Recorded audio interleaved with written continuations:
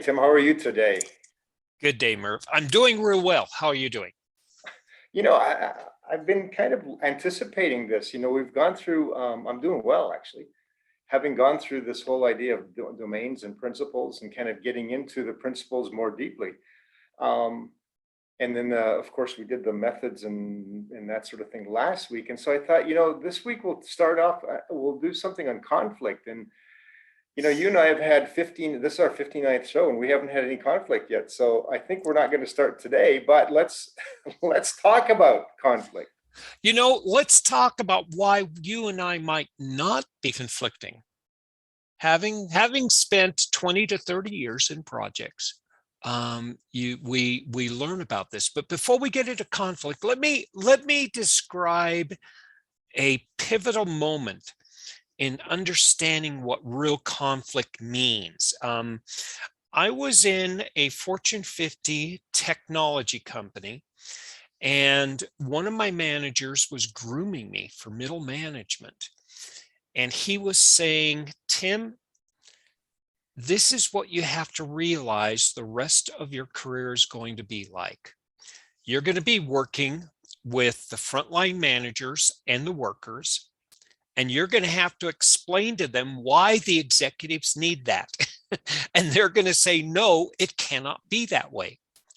And you're going to go to the executives and you're going to be saying to the executives, this is what we have to do. And this is why the work has to be that way. And so you're in the middle of all this pressure. And Tim, that pressure is neither good nor bad. The pressure's bad when you're in that pressure, when you're in that place of the crucible where the metal's being made. What your job is to manage that pressure in such a way that you create innovation, because you take coal and put coal inside of pressure and you get diamonds. You take iron and you put iron in that pressure and you create steel. And that's the objective of an organization. And that's the objective of a project too. It's to maintain those different points of view and perspectives in such a way that they allow the innovation and ideas, thought generation, and the creation of action to actually have something come out of it very good. Maybe that's why you alluded to the fact that there's probably some good reasons why you and I don't have any conflict going into these. It could be that you and I have been put through that crucible of fire, and we've got guts of steel by now. I don't know. Oh yeah, and the trick is, you and I have learned that it's not our pressure. It's the pressure of the work, and it's the pressure of the project. And just like a good a good person who works in a machinery room with steam and gauges and things, we don't get in the path of the steam. We manage the system so the steam is used to get good work done. Exactly. So let's start off with a good definition. That was a great example. Let's start off with kind of, what does conflict mean in your world? How would you define it? Let's start with the traditional. The formal definition on the internet is clash of interest, right? I describe it to my students as emotional attachment to a result or an outcome or a consideration, to the point where I'm not willing to back down. Yeah. And yeah, and when we have two different clashes of interest coming together, that's when we have that conflict. Go ahead. No, I was going to say, so as a result of that, we end up on project teams anyway, we end up with discord, we have controversy, maybe even quarrels, antagonism. Some people are deliberately antagonistic. In some cases, that results in conflict. We have opposition to ideas because we want to hold on to ours. I think you mentioned an emotional attachment to our own ideas and ideals. So yeah, there's a lot of opportunity, not to mention the fact that on the project team, we've got a bunch of humans, and humans are naturally kind of predisposed to conflict at some point because we're kind of selfish creatures. Well, and selfish for good reasons. Yes. It's part of our survival mechanism. Now, what's funny with this is conflict gives us the understanding that people have different ideas. If we're on two sides of an argument, I, as a project manager, am automatically thinking, okay, how can I expose each one of those? And how can I actually resolve or at least manage the conflict so we can focus on this true analysis of what the decision is? And I think that's the key to conflict and understanding the management of conflict.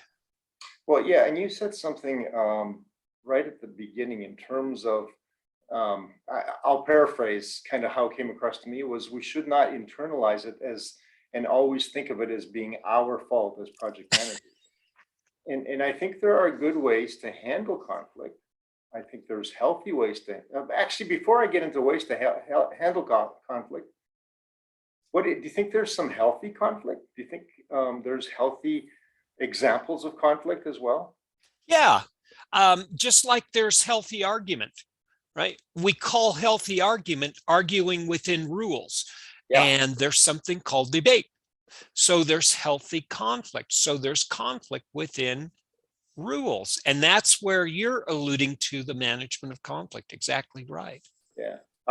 Because every project team I've ever been on, I've had differences of opinion with someone, whether it's my management, a colleague, a team member. But I have had differences of opinion, and I like to call those, I like to soften those and call them, well, I have controversy or perhaps a little disagreement. But I think here's the healthy part of that is if we always look at each other with mutual respect and develop that trust, I think then conflict becomes constructive as opposed to destructive. Yeah, just like we have constructive confrontation, we Yeah. have constructive management of conflict, and that's what I was referring to exactly. Yeah. And again, you're spot on. This is a people consideration first. Now, issues can be a work consideration, but before we can resolve the work considerations, we have to remove the people considerations because human behavior. Yeah, human behavior is exactly right. That's where the conflict comes from, right? Your pressure causes conflict because we feel under pressure, and therefore that's perhaps a defensive mechanism in some certain people's situations. But talking about the process of handling conflict or dealing with conflict, do you think we can prepare for conflict? Boy, I was thinking about that. We talked about that question earlier, and I was thinking, well, yes, but no, yes, but no. So number one, I think we can be prepared for a general approach to conflict. And number two, as the project details get exposed, and as the human components get involved, the teams and the groups, the alliances and the relationships, I think we can have more specific and more precise activities that we can actually plan and integrate in. Like you walk into a conference room and you see two people, staring each other down. It's like, okay, I'm not just going to think of this as a general, how are we going to teach everybody conflict management? I'm already thinking when I walk into any meeting and see this, I'm thinking, okay, how would I actually engage this conflict into a teachable moment for the entire room? And that's interesting because you want to be able to do it in such a way that you don't want to necessarily embarrass the people who are embroiled in the situation. But I guess if it's exposed at that point, then yeah, I guess you can call attention to it and then bring it as a teachable moment. So that would make sense. But yeah, and I've done this on project kickoffs. in developing the need for integrating conflict management into the team charter, saying, guys, we're going to have to, we're going to be working in a pressure, in a crucible, and we're going to be talking about this, and we're going to get on each other's nerves. So we're going to have a way where we can manage conflicts and get to the issues quickly so we can resolve them. Well, and that goes back to what you said earlier, is to deal with that within the rules. You can actually establish those rules and document them formally in that project charter, so that if anyone gets out of line, and that could be you yourself, if you get out of line in a heated situation, someone can draw attention back to those rules because you've agreed to them. And that's a great point, Merv.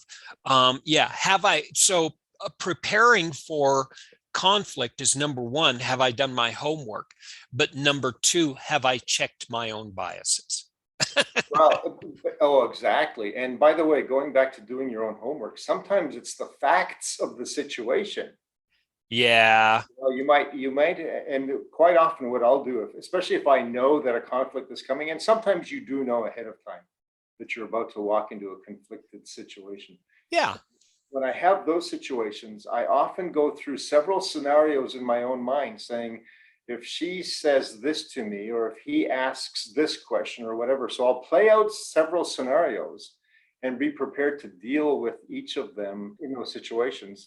And then even if the scenario changes from something that I may have anticipated, I've already been in the problem solving mode in my own mind, such that I'm much more nimble and prepared to deal with that situation. Yeah.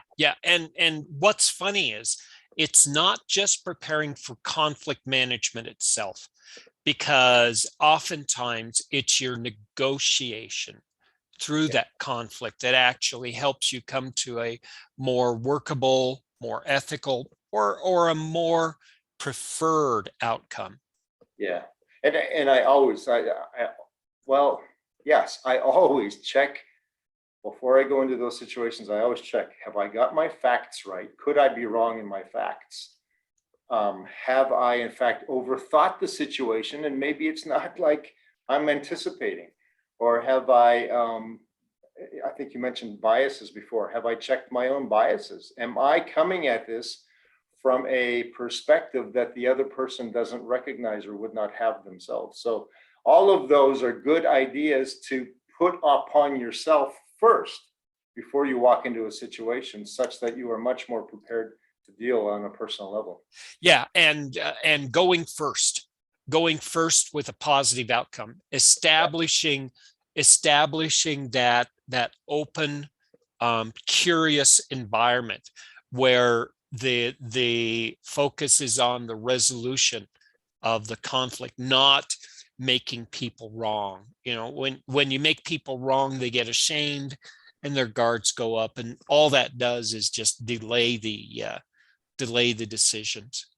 Well, and I mentioned earlier, from a position of deal with this from a position of mutual trust and respect. And I think the minute you do what you just suggest, what you were just saying in terms of pointing the blame or saying who's wrong, you begin to destroy that mutual respect and trust. And then that doesn't go anywhere. That's, as you said, that prolongs the situation and doesn't come to a conclusion. Yeah.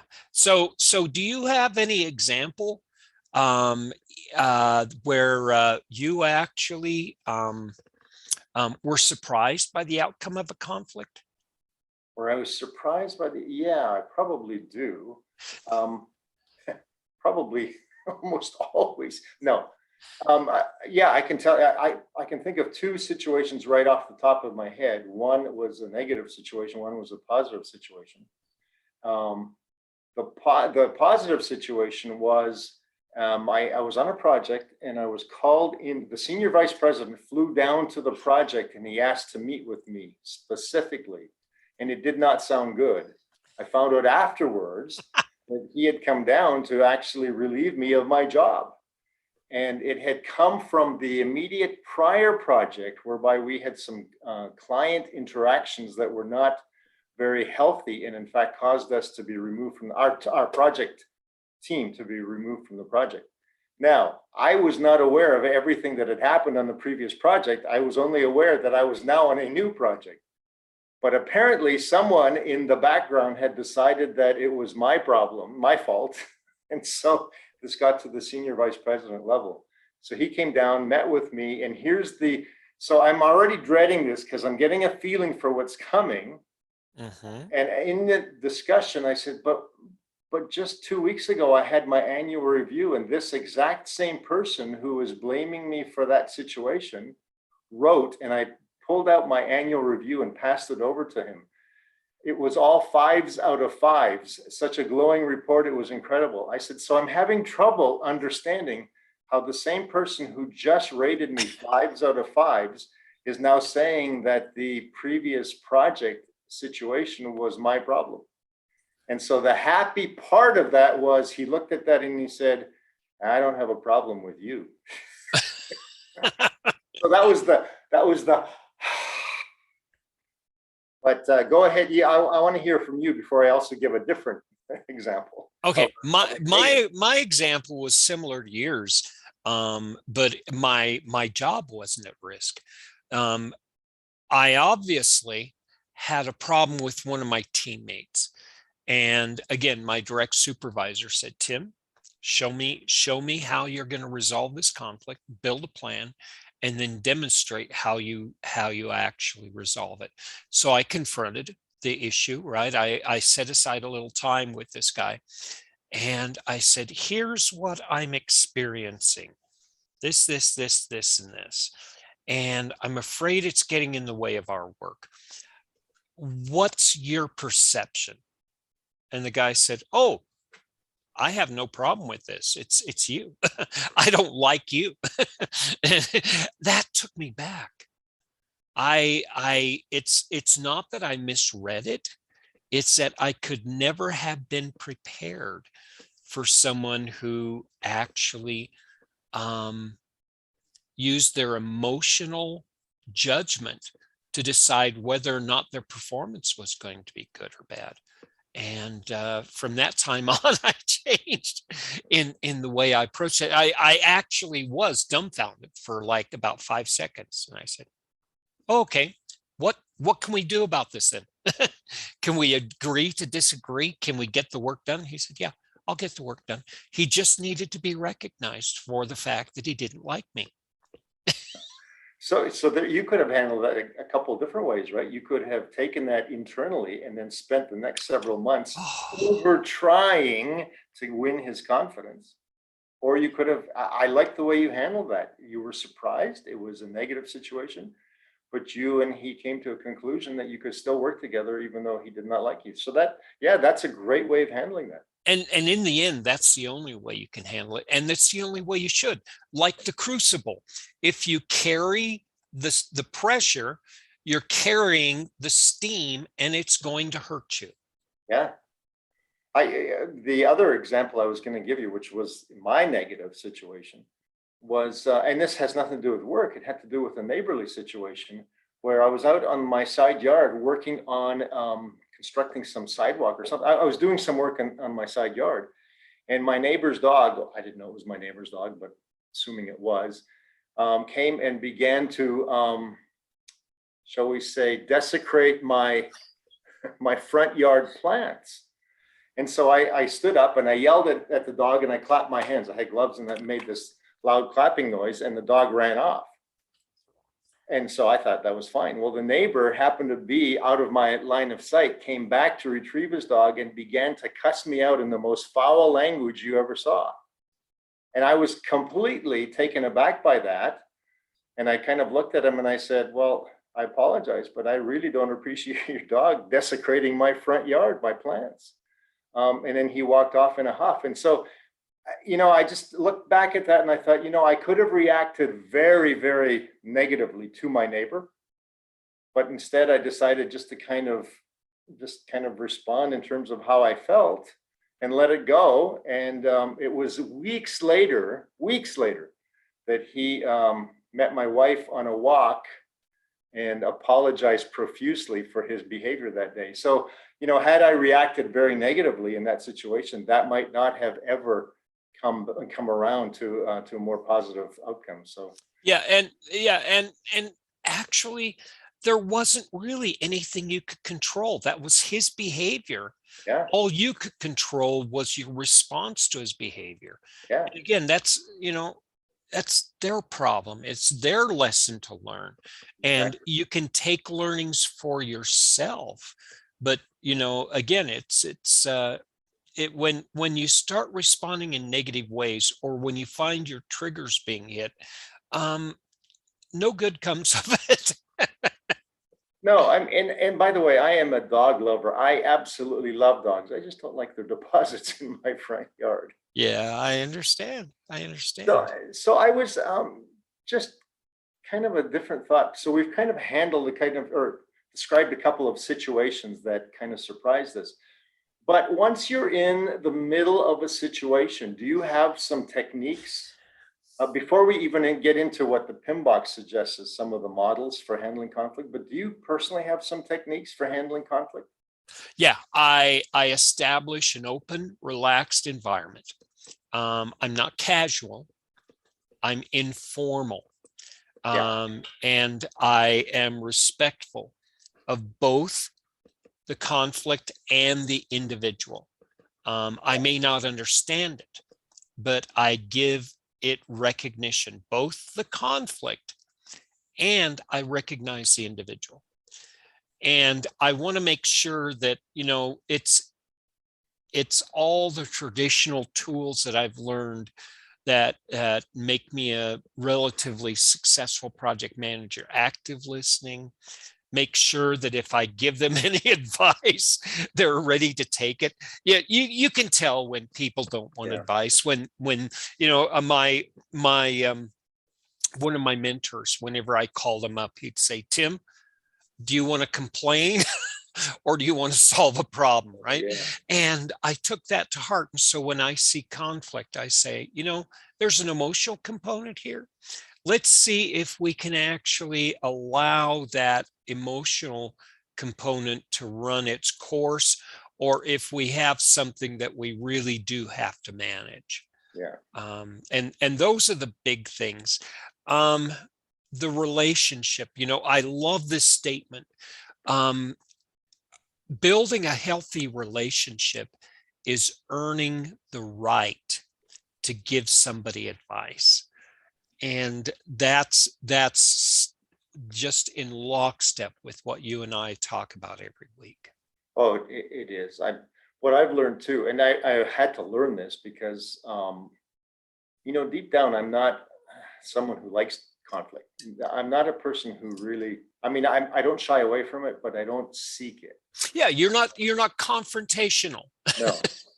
I mean, but there was a time when if someone would get in my face, I was not afraid to get back in that person's face, and that's not the best way to handle a conflict. Like the story with the dog, it could have been much worse. But one of the things that I have learned over time, as I matured as a project manager, and probably matured as a person, was that I demand conflict when I see it, and when I say that, I demand it in a healthy way, meaning let's say it's between two individuals on my team. I'll just come up to them and say, okay, we have this problem. How do you want to handle it?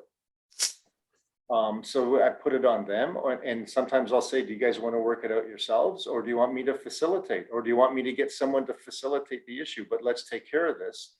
And the other part of that rule is that we have to handle it within 24 hours. We have to take care of this, put it behind us, and go forward from here. And I don't know if that rings a bell with you, but it certainly has helped on some of my projects to Oh deal with. yeah.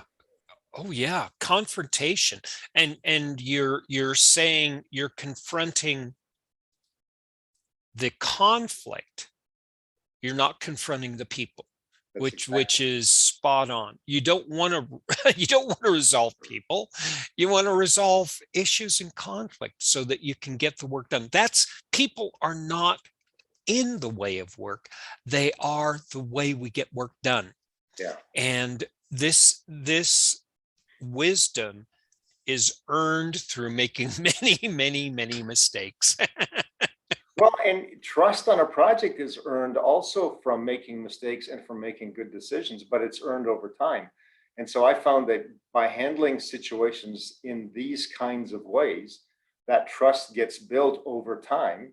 such that when a conflict brews up at any point in time, they know that it's going to be solved, and it's going to be solved in a healthy way for the good of the team. Yeah. Yes, indeed. Yes, By indeed. the, by the way, I don't know if you've ever tried this, but I can have a very sarcastic and a very wicked sense of humor. And sometimes I get into these conflicting situations and I'll throw out a zinger that makes people kind of relax and laugh and just kind of, okay, I understand, it wasn't that bad. So I also found that maintaining a sense of humor is paramount to handling some of these conflicting situations. Yes, yes. Showing that you're not rattled and showing that you have a balanced demeanor, Yeah, regardless of what's in front of you. It gives people permission to bring up ugly things that they need to discuss, yeah, which is what you want. Now, something else I've used, and this works really well, cognitive dissonance. Basically, um, bringing a different context to the conflict, right?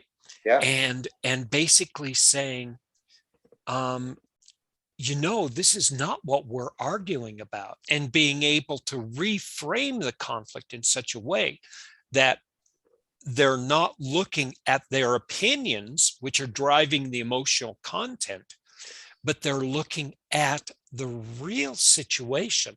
And all of a sudden, it disengages that back part of our brain, and it allows us to engage this robot part of our brain. And the robot always says, let's slow down, let's think about this. And the aspect of cognitive dissonance seems to actually help me a lot. I'm not smart where I can come up with zingers quickly, but what I can do is set the tone of environment regardless, even if it is, let's take a break here, or I I'm observing this, this is not working the way it needs to be, and let's take a break. And I'm good at that, which allows people to reframe. That is actually, let's take a break, is actually a very valid, very useful way of handling conflict, because sometimes the emotions, when they're charged, unless you take the break, they won't, but your emotions won't back down if you're that charged. And as a result of that, the conflict can escalate, which is what you don't want. Yeah, So yeah, and again, the thing is, you can almost see this in people. Their amygdala is actually driving the car. And what you want is everybody in their prefrontal cortex. And the only way you can do that is like with you, doing the zingers or cognitive dissonance, or whatever you want to call it, this reframing, yeah, which allows us to distance ourselves from our opinions and perceptions and focus on what the real problem is. yeah. And by the way, some people listening to us today think, oh, I'm just going to work on some humor in the situations. Not every situation responds well to humor. So you have to also be kind of wise in how you approach it, even if you're going to use a sense of humor. Yeah, it's about the timing. There's many ways to actually disrupt the conflict and be able to step in and facilitate it. Yeah. So what do you think is the role of conflict whenever we're having like project debates or just interpersonal debates, or even a very strong lunchtime conversation? Is there a role for conflict? Yes, it is. And I really do believe that conflict is like a warning system that says we have a difference of opinion, Yeah. which means we have an opportunity for innovation if we can resolve the conflict and look at the true decision that we're fighting over. That's exactly right. And the other thing that I like too is that there are just times that you just need to air your differences. I mean, you need to. Why would if you and I have a difference and I'm harboring some resentment, how is that going to help the ongoing process? It's not. So I think even during a debate, there's times when we can rationally, like mature adults, raise something. And it's amazing to me how often, and I've tried this, where I've raised something where I find an issue or I'm having an issue with some situation or some person. And I find out from their answer how their position was completely different from what I was thinking, and therefore diffused everything that I was thinking about that situation. Which means that we have to have a real good handle on strategies for doing things like managing conflict, Yeah. like debate, like negotiation. We have to have both formal and informal approaches. At number one, we can follow at a moment's notice. And number two, we can offer to other people, or we can train other people to use at a moment's notice. And I think the other part of that is, if I put myself in the other person's position, their shoes, and I say, how would I feel if I was about to unload on me, like I'm about to unload on this person? How would I feel? And often that also helps me check my reaction or my conflict in the debate that I'm having. You know, a healthy sense of curiosity, curiosity about people, makes for a successful manager. It's again asking these questions that say, why this eruption? How did this get to this point? What caused this? What were the triggers? And what would I do? Like you said, what would I do if these were my triggers? Yeah, how can I protect that person's sense of dignity? How can I make sure that that person comes out of this debate in a way that they are themselves protected as fellow human beings? You know, this is such a critical topic. How do I maintain this sense of respect and engaged support, not just between me and the individuals, but in the team itself? You know, we're going back to the team charter and we're saying, guys, this is going to be rather important that we get this work done. And as our projects become 1 million, 10 million, and $100 million projects, this is where the pressure and the heat gets higher and higher. And not only are we checking ourselves, this understanding of how we're going to manage this conflict has to be more and more formal. It does, and I think part of that formality comes from having a pep talk with yourself first, because there are many things that you've tried in a conflicting that I've tried in a conflict situation that didn't work, and so you need to kind of dial those back and say, I'm not going to do that again.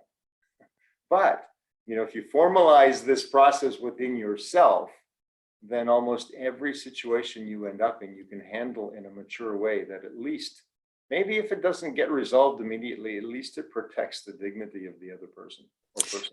So you're talking as a very wise individual who's gone through a lot of conflict.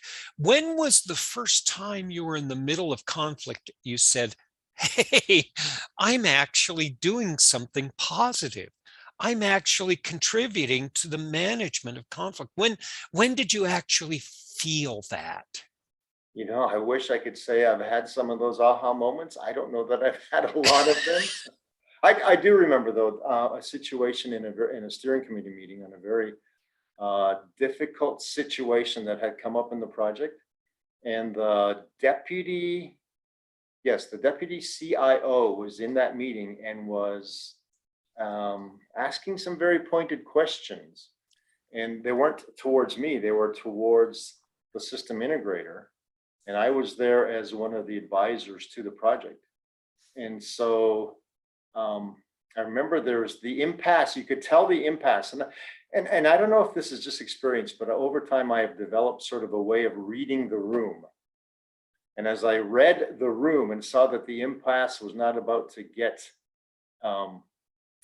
resolved quickly, I kind of went deep and thought, well, I'm going to ask some questions. And so just by asking questions, essentially being the interested party who doesn't know something, which of course I did know, by asking certain questions and having them respond to each other, we were able to diffuse the conflict quickly.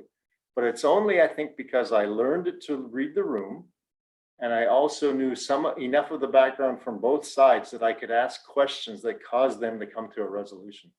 That's probably one of my aha moments. Yeah, my big aha moment that I was thinking of was we couldn't get a problem statement from this organization, and we couldn't find a solution. They call us up to help us with this tech transformation. They were combining 3 organizations together, right? And we were talking to one of the 3 directors, and we were struggling to get the to get the whole reason why we were even there in the room talking. And it wasn't until, like what you were discussing just a few minutes ago, he was able to get to a position where he was comfortable enough to expose this was not a business problem that they were solving. It was a personal issue. He Uh, was he was frantic. He was losing friends. He was having to take over 3 times the amount of work that he used to have, and he didn't know what he was doing. And once we gave him the permission and the room to expose this emotional content, then we could sit down and say, ah, now we have a purpose to this project and we have a real problem. no, that makes a lot of sense. I was thinking as you were saying that, if you had asked the question, when was the aha moment for me that realized I don't know how to handle conflict? I have many, many more examples of those. Oh, I don't think you can put a script around preparing. I think you can have strategies, but Yeah. it's like a little bag on the side of your hip and you're pulling out these little toys. And as you're going through the conflict, you know how to use the toys, but these toys don't fit exactly. And so you can't script this. You can actually be prepared for a broad range of strategies. So, I remember a situation, and this, I hate to say this, but this goes back 40 years. And so because of the way I handled this, it still comes up in my memory every once in a while. But I was a very, very young team lead. Probably, I think it was my first team lead um, assignment. And we were working on a remote project. And one of the people that was assigned to my team, I walked in on her in the conference room, and she had her head down on the table, and she was sobbing. And I'd come in there to get a status on what we were, because we'd fallen behind on our project schedule. So here's the situation. I'm learning, as part of my team lead responsibility, that the project schedule is paramount. Now, everything we've done up until this point with our podcast says no, people over project. mhm. But in my mind, project schedule was paramount. And so between the sobs, I was asking her rather pointedly, rather than find out why she was sobbing, I was asking her rather pointedly why she was falling behind in her project. Now, talk about a lack of empathy. But in my mind, I thought schedule was more important than her, little personal problem. Well, it still bothers me to this day. Now, and afterwards, I did kind of get down to the bottom of the issue and realized how incorrect I was, and how problematic I created the situation for her. But it still bothers me today because I didn't take into account that person's emotions or that person's issues at that time. Mhm. That's exactly right. Um, so what would you advise somebody to learn conflict management? Because again, most people are like you. We don't want confrontation. And in fact, a lot of organizations say we're a non-confrontational organization. We're not going to address conflict because it's not going to be a problem. How do you advise people to actually learn these strategies and apply them? Well, I think if we go to some of in fact, the PMBOK does a nice job of even laying out some strategies. But I think there are situations where you make yourself aware of what strategies you can use, learn those, and learn the kinds of situations that you can approach with these different strategies. For example, one of the ones that I learned in my MBA days, but is also listed in the PMBOK 7, talks about basically confronting the confronting. Confront the situation, confront the conflict. And I think I mentioned this earlier before. There's a problem to be solved. It's not necessarily a person problem, but it is a problem that needs to be solved. And isn't that what we do as IT professionals? Don't we solve problems? Exactly, exactly. So that's And one of the techniques, is to learn to confront the conflict. yeah, one of the things I like is smoothing. Like I look at it as a life cycle confrontation, and there are various points in the confrontation that you take an analysis, you gather your data and determine, what's the progress of the confrontation. Yeah. And if it's not moving ahead, if people are not all on the same side of the table looking at the same picture, this is when you have to figure out these little tricks of human behavior and human psychology. And smoothing says, if I can get everybody to agree on one thing, whether it's a flavor of ice cream, whether it's topics on a pizza, something inside of us, something subconsciously says, I am not an individual. I am not one side. I am part of a larger group. And as a group, we have just made our decision. And smoothing is a demonstration to everybody in the room that we are able to make. Now, it doesn't solve the issue, but it's actually one step in the process of resolving the conflict. No, I think, and I think smoothing works well when you have a little extra time to resolve the situation. If you don't have That's a the lot thing. of time, smoothing doesn't work very well. And that's where we get into forcing and we get into confrontation. Those are the urgency responses to confrontation. You're exactly right. Smoothing, I like smoothing as well, but where it doesn't work for me is when the person who is doing the smoothing is also doing the accommodation. It's the old, it's like the, what was the Second World War? Was it Chamberlain? Mm-hmm. Was that the example that's often brought up, where Chamberlain kind of acquiesced and accommodated, and as a result created See, more issues? and that's not just a problem of smoothing, that's a problem of compromise. Yes. See, Yes. and if you go back to historical debate, compromise is partial satisfaction at the cost of concessions. And the problem with that, and what the example of Chamberlain says is, number one, nobody's happy with the outcome. And number two, you have to give things up to be unhappy. Yeah, exactly. And so this compromise is compromise is not a permanent solution. No. It's a partial to actually get things through, but the job of managing the conflict is far from done. Exactly. Compromise sometimes is necessary in order to move forward, where you and I don't get everything we want, but at least we agree to move forward. And maybe as a result of that moving forward, we can begin to align what we want again. But when we have a little more time, I think collaboration is probably my favorite aspect of doing this, where we can kind of come together. We get multiple inputs, not opinions.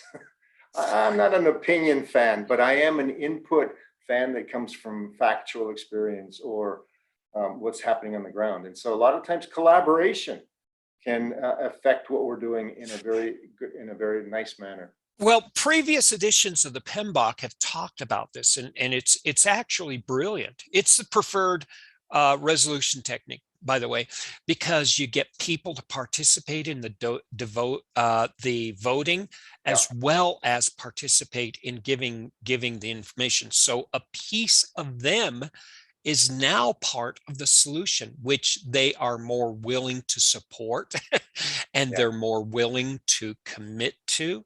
And all of a sudden you have obligation and you have responsibility and accountability coming out Yeah. of that. And so previous editions of the PMBOK have said it leads to a more satisfying, longer lasting solution, which I find very interesting. No, it is. You mentioned forcing earlier. That kind of reminds me of a parent-child relationship, and I had one of those. You know, I'm of Eastern European background, and so a lot of times the answer was, "It's you're going to do it that way because I said so." Right? Well, yeah. Why can't I touch the stove, right? It's like, no. But we have that at work too, don't we? We do. We do. We have safety. You know, you're not going to cross that yellow tape. You're not going to cross that red tape. The end. Yeah. That this Well, is a foregone conclusion. and during my employment years, when I was working, there was, when you said yellow tape, it reminded me, I was working in an organization that had deep security and had less security. I was not part of the deep security patrol. So there were literally hallways with yellow lines across them. And with my security clearance, I was not allowed to cross that yellow line at penalty of loss of job. So Right, yeah, right. there are those forcing issues that just say, hey, these are the rules. This is, you will respect this period. There's no conflict. I mean, there may be conflict, but there is no argument here. Right. And the thing is, so many times we perceive that we have to do the forcing. No, we're actually being forced upon, just Yeah, like our team members. The yeah, decision has been made. So an authoritative leadership style and forcing the resolution of conflict is totally appropriate. yeah. And you know, I personally have been in a situation where I have been forced upon. And the ones that I appreciate are when my superiors tell me why. Yeah. So I may not agree with that situation and I may want to argue as to how to do something better. And the answer comes back and says, I'm sorry, but this is regulation. Oh, okay. If it's regulation, I understand now. You know, as that's an example, but it has happened to me. And then forcing is just fine because you understand there are certain boundaries that you have to stay within. Yeah, and exactly right. It's that why, and a lot of times I think so much of our job is to provide the why to the team, like in the crucible, because this is the information we're getting from business. Yeah. This is the executive, this is the strategy, and we're telling the executives the why because our experts and our team members know this stuff. And the thing is, and again, when you have these differences of opinion like this, the strategy against the tactics, that crucible is where innovation occurs. Exactly. By the way, there's another tactic that's often used or sometimes used, and it's called withdrawal or avoiding. Is that Mhm. something that you've ever used? Oh yeah. When you talked about cooling off periods, Yeah. it's like, or the example I give in my class is, here I am working with a leaking water pipe at the bottom of the data center, and two engineers are coming to me and they say, we're having a problem with the time cards. What am I going to do? Right? I'm going to Yeah. say, not now. You help me here, and then we're going to solve that. Now, the problem is you have to withdraw properly and respectfully. If you Yeah. don't come back, you're Yeah. going to break trust. Yeah. I I think I've shared with you that I grew up on a farm, and every once in a while, this was so comical to me as a child. You'd end up with these two young bantam roosters would end up getting into a fight, and you could see the hackles go up. Mhm. And I since then I've been in project situation where you get two young guys who you almost see as these two bantam roosters just kind of in each other's faces, and it's kind of like, guys, let's deal with this tomorrow. Let's cool down. We'll have this discussion tomorrow, or we'll have this discussion over dinner tonight or something. But it's, yeah, you have to do that withdrawal process, otherwise it can escalate. Yeah, respecting the individual and respecting the emotions and resolving the issues do not have to be part of the same conversation. Yeah. But recognizing all of these factors And making this laid out in an organized, logical manner gives you an opportunity to resolve the conflict here and focus the issue here and still retain the respect and the dignity of everybody in the room. You know, there's one place though that I will not ever, ever, ever enter into any conflict situation, and that's on social media. I have seen what happens when people enter it into it, and it's a never-ending spiral of just disrespect. And so my thought is either I extricate myself from those situations. I do not comment in those situations. It is unhealthy to even get involved in those situations, but somehow social media has, instead of being that wonderful way of connecting, has in many ways also become a awful way of causing discourse. So that's one of my rules for myself. And I approach this from a totally philosophical manner. 2,000 years ago, a very smart guy said, you know, look at the situation. What can you control? I control my triggers. What can you not control? I cannot control the comments. Yeah. And guess what? I apply my efforts in what I can control. And if they can't change, it's not my problem. It's their problem. And so I do what a lot of the people who live on social media do, which is just sort out the signal from noise and gather what's valuable, you know, what can actually lead to growth, and ignore the dross, you know, to be just, you know, contained to the annals of history. Yeah. You know, as we were talking too, I was thinking that last week we had talked about models and methods and artifacts. And I remember you and I having a quick discussion on the Tuckman model of how teams form, or how teams, I guess they form, they storm, they norm, and then they perform. Mm-hmm. What I appreciate about that, and appreciate about our discussion today, is that the Tuckman model actually recognizes the storming period, that there will be a time of conflict, and it provides time for that so that the team can get calibrated and work together in a much more forming and performing way.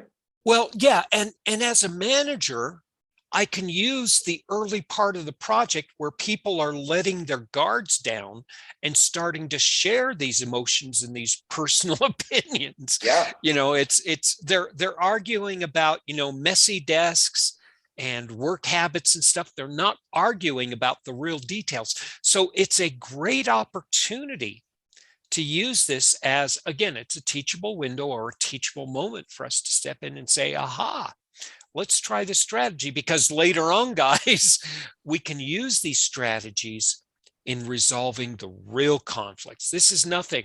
Just wait, right? Yeah. That's exactly right. So I think if I were to have some takeaways today, if I were a listener, one of the things that I've learned, even for myself, if I can summarize it, I have learned that one of the important things is to keep communication open and respectful. I've also learned today, and when I say learned, reminded myself of things I already knew in many cases. I also learned today that I need to focus on the issue or the problem, not the person itself. And we didn't necessarily talk about this so much, but one of the things that I also thought through today is that we look forward to the future and not rehash the past, because the past has happened, it's over, it's done. So we look forward to the future. And then also to use a collaborative approach at repairing the damage. I think that's what I got out of today. I don't know about you. Yeah, and just to add to that, you've said everything. Just to add one more comment, it's respect the individuality and the dignity of everybody in the room. Yeah. This building that collaborative environment. Collaboration is not just an activity you do, it's an environment you create, so that constant reinforcement of that collaboration just becomes a natural habit.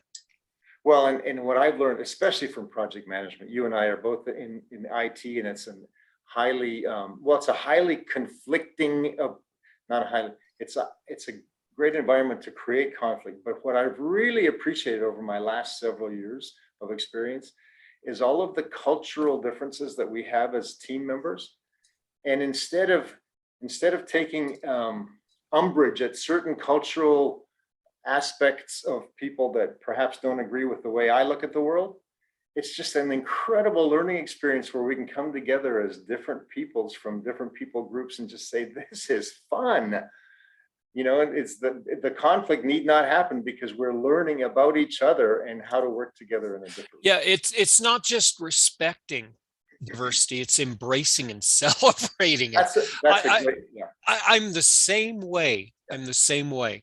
Being curious about humans and groups and being curious about why people have these differences of opinions actually has helped me more than anything else in understanding human behavior and specifically knowing and learning how to manage conflict. So I'm going to take your word embracing those cultural aspects, but I'm also going to elaborate on that and say embracing conflict. Conflict can be incredibly healthy to get down to issues very quickly so that if we embrace that instead of fearing it, we can move forward more progressively and more quickly. Very good. Very good. So we're off and running. I think we've covered this really well. So in the week to come, if people want to contact you, where do we reach out to you, Merv? Well, as we've always said on this program, LinkedIn is the best way because that's where I can engage. I mean, I engage in some of the other social media, but when it comes to the professional side, find me under my name, Merv Jursak, or under my company name, People First Project Management. And in both of those situations, LinkedIn is a great place to find me.